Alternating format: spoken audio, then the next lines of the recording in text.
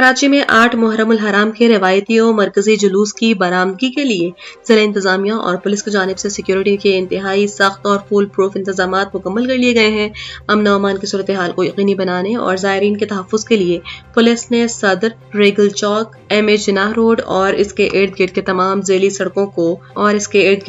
ذیلی سڑکوں اور گلیوں کو کنٹینرز اور رکاوٹیں لگا کر سیل کر دیا ہے۔ سیکیورٹی پروٹوکول کے تحت جلوس کے مروجہ روٹس اور گزرگاہوں میں آنے والی تمام دکانوں، مارکیٹوں اور تجارتی مراکز کو بھی عارضی طور پر سیل کر کے چابیوں کو پولیس کی تحویل میں دے دیا گیا ہے۔ سیکیورٹی حکام کے مطابق 8 محرم کا مرکزی جلوس برآمد ہونے سے قبل پوری گزرگاہ کو عام ٹریفک اور پیدل چلنے والوں کے لیے مکمل طور پر بند کر دیا جائے گا اور جلوس کی فضائی اور CCTV کیمروں کے ذریعے سخت مانیٹرنگ کی جائے گی۔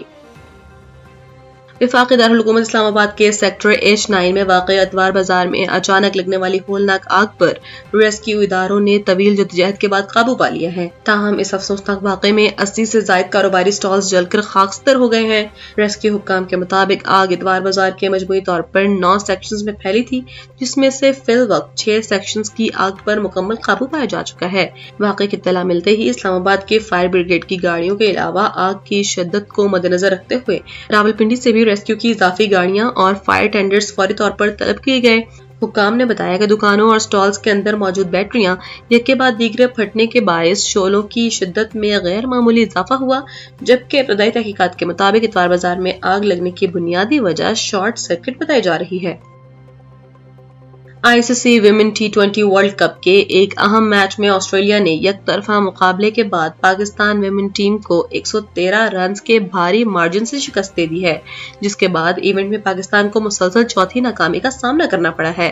لیڈز کے ہیڈنکلے کرکٹ گراؤنڈ میں کھیلے گئے اس میچ میں آسٹریلیا نے پہلے بیٹنگ کرتے ہوئے مقررہ 20 اوورز میں 7 وکٹوں کے نقصان پر 199 رنز کا پہاڑ جیسا مجموعہ کھڑا کیا، جس میں ایلیسا پیری نے 71 اور جارجیا وال نے 39 رنز کی جارحانہ اننگز کھیلی۔ پاکستان کی جانب سے نشرہ سدھو، فرامین شمیم اور سعدیہ اقبال نے 2 وکٹیں حاصل کیں۔ 200 رنز کے تعاقب میں پاکستانی بیٹرز آسٹریلوی بالنگ اٹیک کے سامنے ریت کی دیوار ثابت ہوئیں اور پوری ٹیم محض 13.4 اوورز میں 86 رنز بنا کر ڈھیر ہو گئی۔ منیبہ علی 32 اور کپتان فاطمہ ثنا 17 رنز کے ساتھ نمایاں رہیں، جبکہ آسٹریلیا کی جانب سے انابیل سدرلینڈ اور ایلسا پیری نے 2 شکار کیے۔ گرین شرٹس اب تک ٹورنامنٹ میں کوئی بھی میچ جیتنے میں ناکام رہی ہے اور اب وہ اپنی پول میچ نیدرلینڈ کے خلاف کھیلے گی۔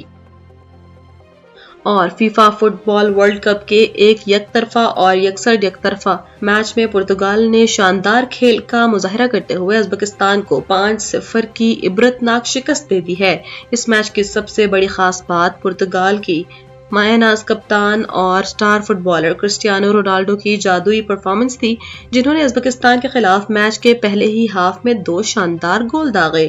41 سالہ رونالڈو نے پہلا گول چھٹے منٹ میں جبکہ دوسرا گول 39ویں منٹ میں سکور کر کے فیفا ورلڈ کپ کی تاریخ کا نیا اور منفرد ورلڈ ریکارڈ اپنے نام کر لیا ہے۔